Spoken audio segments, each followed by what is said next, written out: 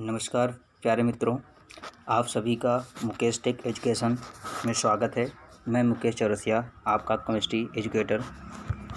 आज video lecture न बन पाने के कारण आज हम कुछ ऐसा आपको समझाने की कोशिश करेंगे और उम्मीद करते हैं ये जो समझाया जाएगा आपको समझ में आएगा और आप समझने के लिए तैयार भी होंगे। तो हम सब लोग पुराने लेक्चर में बात किए थे कि क्रिस्टल कितने टाइप का होता है। हम क्रिस्टल के बारे में समझे थे और आपको हम पुराने लेक्चर में कुछ नंबर याद करवाए हुए थे कि नंबर आप याद कर लीजिएगा, इसका कुछ यूजेस होता है। तो उस नंबर को आप याद कीजिए। अभी से हम आपका इसमें प्रैक्टिस करवा रहे हैं इस नंबर को याद करने में, और आगे चलकर इसका बहुत ज़्यादा ही यूजेस है। तो हम कल नंबर आपको याद करवाए हुए थे और नंबर क्या था आपका, आप देख सकते हैं 155 255 414 732 और 100 ए नंबर आपका था।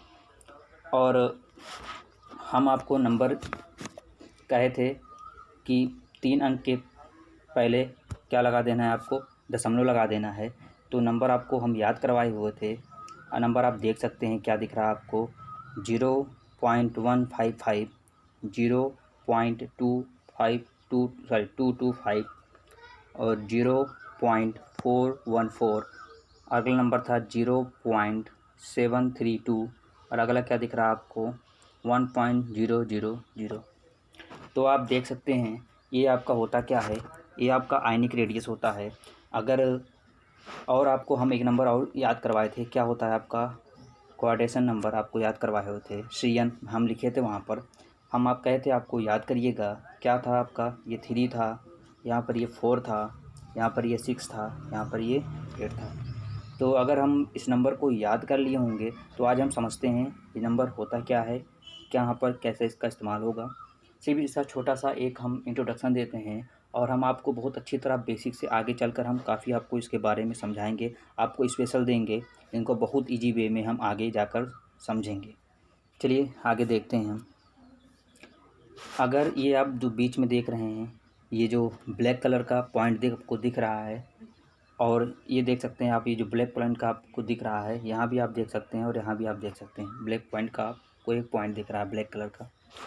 ये देख सकते हैं ये 3 पार्टिकल से ये जुड़ा हुआ है। आप देख सकते हो ये पार्टिकल है, एक ये पार्टिकल है, एक पार्टिकल, ये 3 पार्टिकल से ये जुड़ा हुआ है। अगर इन 3 पार्टिकल को आपस में मिला दें, आपस में किसी भी इमेजिनरी लाइन से हम मिला दें, तो ये किसका निर्माण कर देगा, ये कर देगा निर्माण किसका, ट्राइगोनल का ये निर्माण करेगा।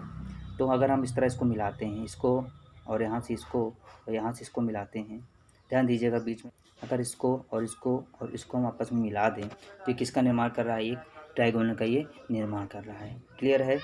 तो आप देख सकते हो ये 3 या जो आपको दिख रहा है ये होल पार्टिकल ये घेरे हुआ है, ये जो देख सकते हो ब्लैक ब्लैक दिख रहा है, इसके एक ऊपर की तरफ ये दिखा, आपको ये दिखा और आपको ये दिख रहा है।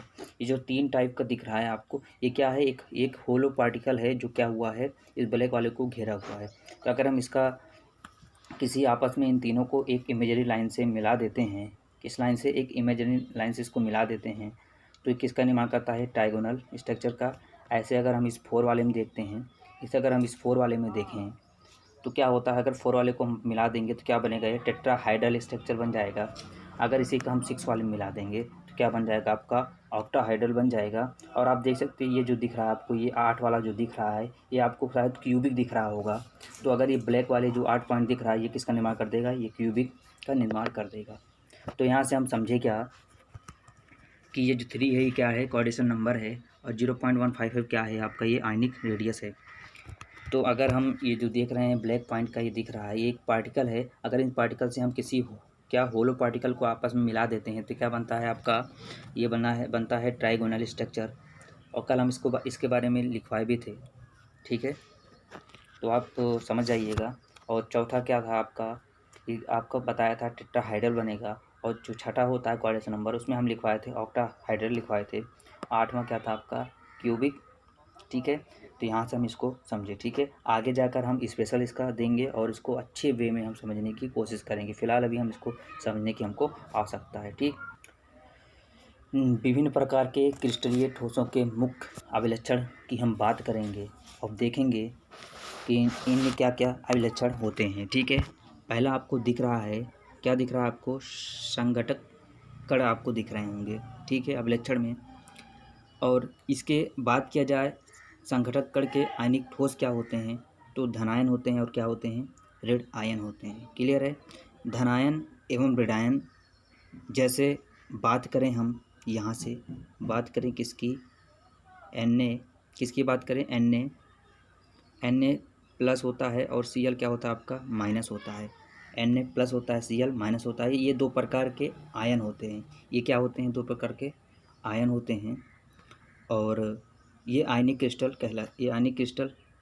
कहलाते हैं। ठीक है, धनायन एवं ऋणायन आयनिक ठोस क्या होते हैं? जो धनायन होते हैं और जो ऋणायन होते हैं वो क्या कहलाते हैं? हमारे आयनिक क्रिस्टल कहलाते हैं। ठीक है, अगर यहाँ से हम बात कि सहसंयोजक ठोस क्या है, इसमें क्या होते हैं? सहसंयोजक परमाणु। क्या दिख रहा है आपको? सहसंयोजक ठोस क्या दिख रहा है? इसमें परमाणु होते हैं। ठीक है, सहसंयोजक परमाणु क्या होते हैं? जैसे हम मान लीजिए ग्रेफाइट, हम यहाँ से मान लीजिए ग्रेफाइट को हम देखें, किसको देखें?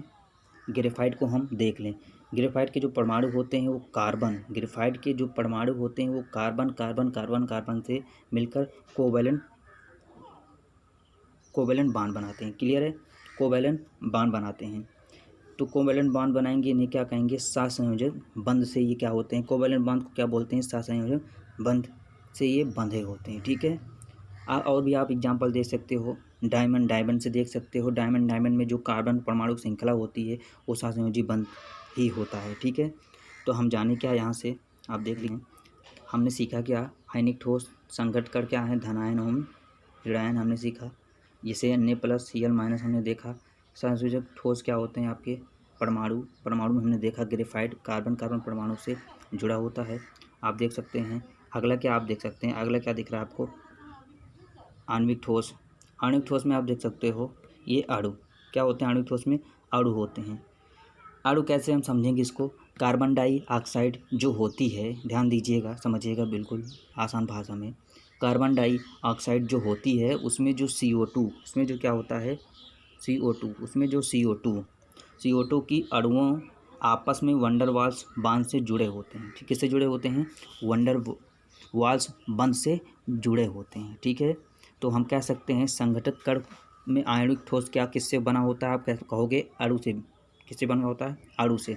और हमने आपको समझाया अभी CO2, अभी क्या समझाया? CO2 की अणुओं क्या होती हैं? आपस में वंडर वाल्स बांध से बंधे होते हैं, कह सकते हैं जुड़े होते हैं। ठीक है, आगे हम बात करते हैं। आगे हम किसकी बात करते हैं? धात्विक ठोस की बात करते हैं। किसकी बात करते हैं? धात्विक ठोस की। यहाँ हम देखते क्या हैं? ये जो आपको दिख रहा है, क्या दिख रहा है? धनावेशित कोटर एवं गतिशील इलेक्ट्रॉन। इसमें क्या होता है? धात्विक ठोस मतलब होता है क्या है? मेटालिक सॉलिड, इसमें बात करते हैं। ठीक है, उसमें कोटर होते हैं। इसमें क्या होते हैं? इसमें कोटर होते हैं। और इसमें इलेक्ट्रॉन गतिशील इलेक्ट्रॉन होते हैं। इसमें क्या होते हैं? इसमें जो इलेक्ट्रॉन होते हैं वो गतिशील होते हैं, जिनमें इनके बीच आपसी आकर्षण होता है और ये स्ट्रॉन्ग सॉलिड बन जाते हैं या स्ट्रॉन्ग सॉलिड का निर्माण कर देते हैं। ठीक है, तो एक बार फिर से हम समझते हैं और करते क्या हैं कि जो संघटक कण होता का आयनिक ठोस होता है, यहाँ समझिएगा पहले से, जो संघटक कण का जो आयनिक ठोस होता है, देख लीजिए फिर से देखिए यहाँ से।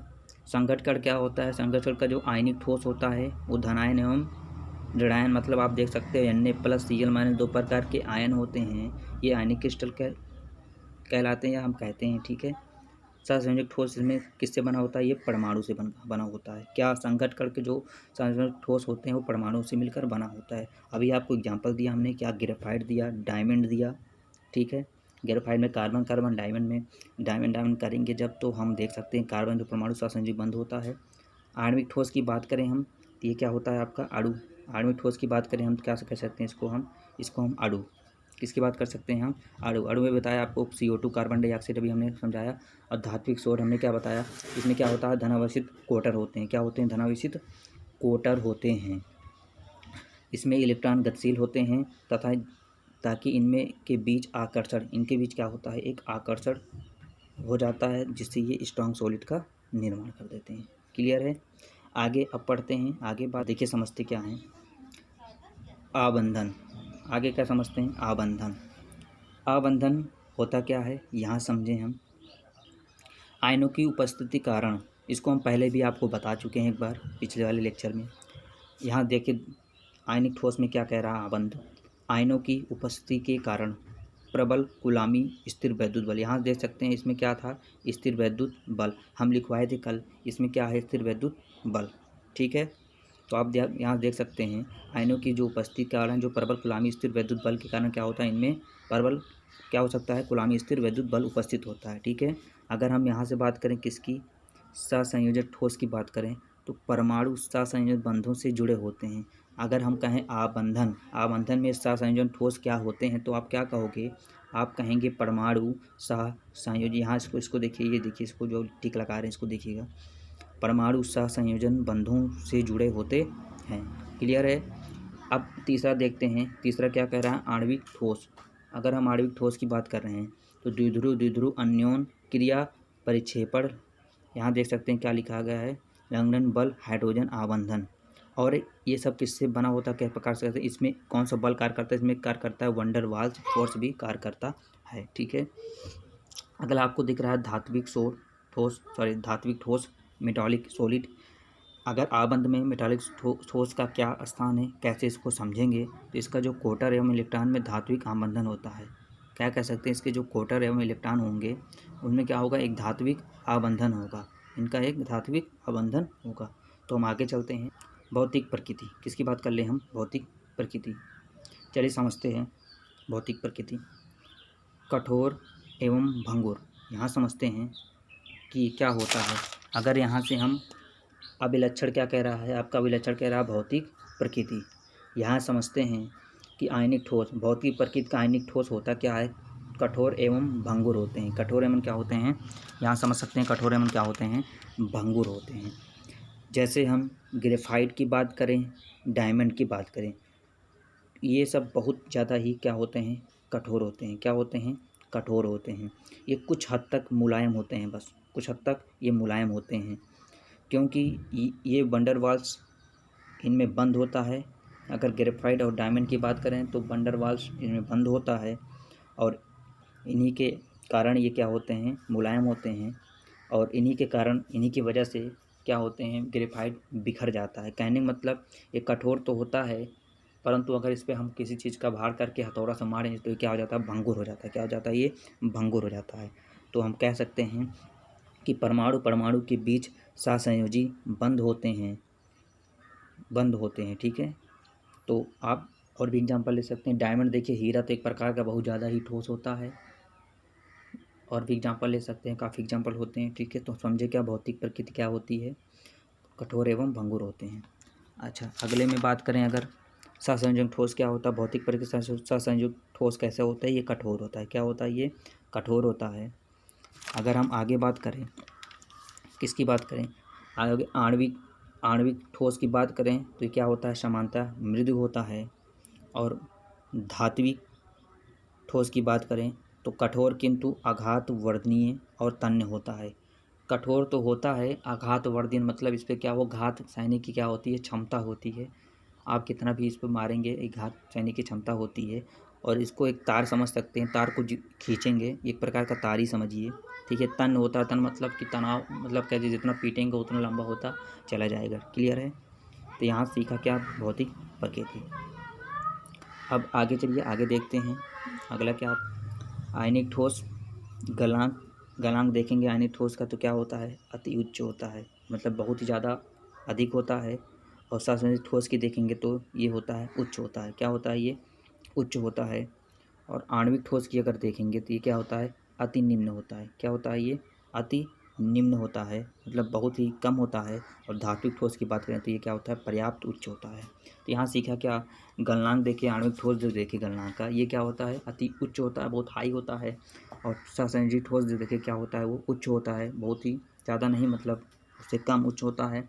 आणविक ठोस देखिए अति निम्न होता है, बहुत ही कम होता है, उससे कम होता है। धात्विक ठोस पर्याप्त उच्च होता है, बस। ठीक है, उसके अनुसार आगे बात करते हैं। पाँचवा क्या दिख रहा है आपको, वैद्युत चालन दिख रहा होगा। यहाँ पर वैद्युत चालन का आयनिक ठोस की बात करें तो ठोस अवस्था में विद्युत रोधी किंतु गलित अवस्था में चालक होते हैं। ठीक है, यहाँ देखिए, समझिए क्या चीज़ कह रहा है। यहाँ से आपको दिख रहा है जो गोला किए हुए हैं, ठोस अवस्था में विद्युत रोधी किंतु गलित अवस्था में चालक। ठोस अवस्था में विद्युत रोधी मतलब समझते क्या हैं? अगर हम विद्युत रोधी की बात करें तो ये विद्युत रोधी के होता क्या है? ये विद्युत रोधी ये क्या होता है? एक प्रकार का कुचालक होता है। किसका? ठोस अवस्था का कुचालक होता है, किंतु गलित अवस्था में ये चालक होता है। ऐसे यहाँ भी देख सकते हैं सहसंयोजी ठोस में क्या होता है? ये विद्युत रोधी ग्रेफाइट एक अपवाद है। अपवाद मतलब विद्युत रोधी क्या होता है? ग्रेफाइट का भी ये क्या होता है? कुचालक होता है। ग्रेफाइट का भी क्या होता है? ये कुचालक होता है। आणविक ठोस भी क्या होता है? कुचालक होता है। लेकिन आप देख सकते हैं लास्ट पॉइंट धात्विक सोट, वैद्युत चालन का धात्विक ठोस जो दिख रहा है, ठोस एवं गलित दोनों अवस्थाओं में चालक होता है, मतलब सुचालक होता है। ठोस और गलित दोनों अवस्था में क्या होता है? सुचालक होता है। ठीक है, तो आगे बढ़ते हैं। आगे आप देखिए संघनन की एंथैल्पी क्या है यहाँ पर? अति उच्च। क्या होती है? अति उच्च होती है, काफ़ी हाई डेंसिटी में होती है। और अगर हम सहसंयोजक ठोस की बात करें तो किस में होती है? आप उच्च में होती है। और आणविक ठोस की बात करें तो ये किस में होती है? अति निम्न, मतलब बहुत ही कम होती है। और धात्विक सोट में ठोस में बात करें तो किस में क्या होती है? ये मध्यम में होती है, मीडियम में होता है। ठीक है, अब इसके कुछ एग्जांपल समझ लीजिए। जैसे किसका एग्जांपल? आयनिक ठोस का एग्जांपल समझिए। NaCl, ये आयनिक ठोस का एग्जांपल है पहला। NaCl, CuSO4, ZnS, NaNO3, MgO, ETC और बहुत सारे होते हैं। ठीक है, और सहसंयोजक ठोस को अभी हमने बताया, ग्रेफाइट, हीरा, डायमंड, ठीक है, क्वार्ट्ज, ठीक है, बहुत सारे होते हैं। और आणविक ठोस की बात करें हम तो आणविक ठोस की बात करें एग्जांपल में ठोस CO2 होता है, I2 होता है, नेपथलीन होता है, बर्फ होता है। ठीक है, और लास्ट पॉइंट जो आपका दिख रहा है धात्विक सोट ठोस की बात करें तो कितना होता है? Cu, Fe, Ag, जितने आपके मेटल दिख रहे हैं, Al, Mg और भी होते हैं। ठीक है, तो हम यहाँ तक समझे हैं। तो आगे चलते हैं, अब देखेंगे क्रिस्टल में। आगे हम अब देखेंगे क्रिस्टल के उनके जो संगठित कण होते हैं एक निश्चित क्रम में अरेंज होते हैं। तो इसमें होता ये है, उनके जो कण होते हैं उनको हम एक इमेजिनरी लाइन से मिलाकर विभिन्न संरचना की कल्पना करते हैं। ठीक है, मतलब समझे क्या कि इसमें एक निश्चित क्रम में ये अरेंज होता है।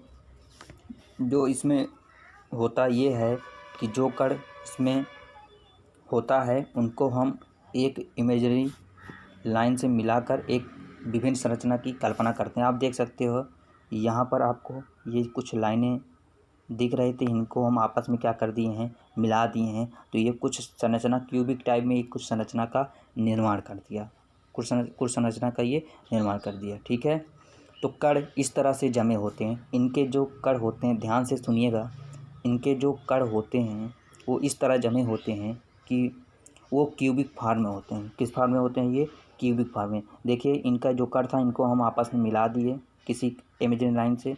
जब मिलाया तो इनकी संरचना किस तरह हो गई? क्यूबिक फॉर्म में हो गई। ठीक है, यहाँ पर देखें ये कि किस तरह से अरेंज हैं। इनको अगर हम देखें तो ये किस तरह अरेंज हैं और उसके यूनिट सेल क्या होंगे? उसके यूनिट सेल क्या होंगे? ठीक है, समझिएगा, उसके यूनिट सेल क्या होंगे? यूनिट सेल आप लोग जानते ही होंगे क्या होता है। यूनिट सेल अगर आप लोग पढ़े होंगे तो समझते हैं यूनिट सेल किसे कहते हैं। ठीक है, चलिए समझते हैं आगे होता क्या है।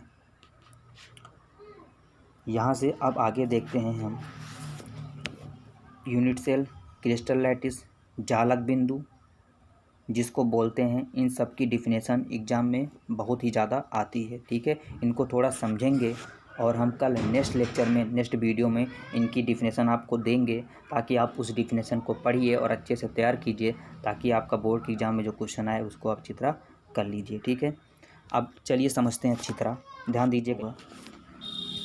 तो यहाँ पर जो डॉट डॉट डॉट बना हुआ है, आपको ये देखिए, ये सभी आपको दिख रही हैं डॉट, दिख रही हैं, सब क्या दिख रही हैं आपको? डॉट दिख रही हैं। ये डॉट जो दिख रही हैं ये एक निश्चित ऑर्डर में अरेंज हैं। आप देख सकते हैं ये एक निश्चित ऑर्डर में, जहाँ मर्जी वहाँ इसको नहीं रखा गया है, एक निश्चित ऑर्डर में इसको अरेंज किया गया। आप देख भी सकते हैं अपनी आँखों से, इसको एक निश्चित ऑर्डर में अरेंज किया था। आप देख सकते हैं पहले एक रखा गया है, फिर 3 रखा गया है, फिर यहाँ पर देखिए इसे बड़ा, फिर उससे बड़ा, फिर उससे बड़ा, फिर उससे बड़ा, फिर कम, फिर कम, फिर कम, लास्ट में देखिए फिर 1 रख दिया गया है। 1 पॉइंट यहाँ पर रख दिया गया। देख सकते हैं आप लोग ना। चलिए आगे समझते हैं। इन एक निश्चित ऑर्डर में अरेंज हैं। अगर उन डॉट्स को मिलाते हैं, अगर जो डॉट्स को दिया गया है, अगर उन डॉट्स को हम क्या करते हैं, मिलाते हैं, तो एक ब्लू कलर में बड़ा सा बॉक्स बना हुआ है। आप देख सकते हैं, ये देखिए एक ब्लू कलर में एक बड़ा सा बॉक्स बना हुआ है। तो आप देखिए जो एक ब्लू कलर में बड़ा सा बॉक्स बना है, इसको एक यूनिट सेल माना जाता है। ध्यान दीजिए क्या माना जाता है, इसको यूनिट सेल हम मानते हैं। अब आगे समझिए ये होता क्या है। यूनिट सेल इसको हम क्या कहते हैं, मान लेते हैं। ठीक है, यानी कि नज़दीक वाले अगर, ध्यान दीजिएगा, यानी कि नज़दीक वाले अगर कणों को एक साथ इनके पास में जो इनके पास वाले जो कण हैं उनको अगर एक साथ जोड़ा जाए तो जोड़ने पर जो स्ट्रक्चर बन रहा है, यानी यहाँ पर ये कह रहा है कि जो गोले होते हैं, परमाणु, अणु, कण या अवयवी कण होते हैं, वो एक क्रम में अरेंज हुए हैं। इस छोटी सी एक व्यवस्था एक दूसरे कण को छू रही है और उनको अगर हम देखें तो छोटी छोटी इकाइयों के रूप में देखें तो वह कहलाएगा यूनिट सेल।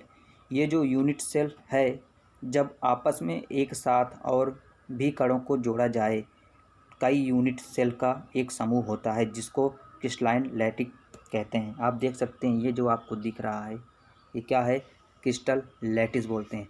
मतलब जो आपको ये दिख रहा है, ये जो यूनिट दिख रहा है, इन यूनिट को जब हम जोड़ते हैं एक साथ, काफ़ी एक दूसरे कण को हम जब इनको जोड़ते हैं और हम देखते हैं, एक ये समूह का निर्माण करता है। क्या करता है, समूह का निर्माण करता है। और ये क्या कहलाता है, यूनिट सेल एक समूह होता है जिसको क्रिस्टल लैटिस कहते हैं। ठीक है, इनकी सभी की डिफिनेशन हम नेक्स्ट लेक्चर में पढ़ेंगे कि इनकी डिफिनेशन होती क्या है। ठीक है, चलिए आगे समझते हैं। जहाँ पर जो ये कण, अवयवी कण, जो डॉट लगे हैं, ध्यान दीजिए, जहाँ पर ये जो कण है, ये डॉट जो आपको दिख रहा है, इन पॉइंट को क्या बोलेंगे। जो डॉट आपको दिख रहा है, देखिए ये जो पॉइंट है, इन सभी को पॉइंट को क्या बोलेंगे, लेटिस पॉइंट। क्या बोलेंगे, लेटिस। पी मतलब हो गया पॉइंट। क्लियर है, क्या समझा। ये जो अंदर का क्यूबिक दिख रहा है, ये जो आपको क्यूबिक दिख रहा है, ये क्या होता है, यूनिट सेल होता है। क्या होता है, यूनिट सेल होता है। ठीक है, यूनिट सेल होता है। और ये जो अणु दिख रहे हैं, छोटे छोटे बिंदु दिख रहे हैं, इनको जब आपस में मिला देते हैं तो ये एक प्रकार का क्या बना लेता है, समूह। क्या बनाता है, जब ये क्या करता है, समझ सकते हैं आप। ये जो आपको दिख रहा है, ये जो अणु, छोटे छोटे अणु हैं, जब इनको हम आपस में क्या करते हैं, मिलाते हैं, तो ये एक यूनिट सेल के समूह का निर्माण करता है। ये जो आप देख सकते हैं, ये जो आपको दिख रहा है, ये जाली जो दिख रही है, इसे क्या बोलते हैं, क्रिस्टल लैटिस बोलते हैं। और जो आपको ये पॉइंट दिख रहा है, इसको लैटिस पॉइंट बोलते हैं। क्लियर है, हम समझते हैं आगे होता क्या है। हम आगे क्या सीखे, क्या समझे कि होता क्या है।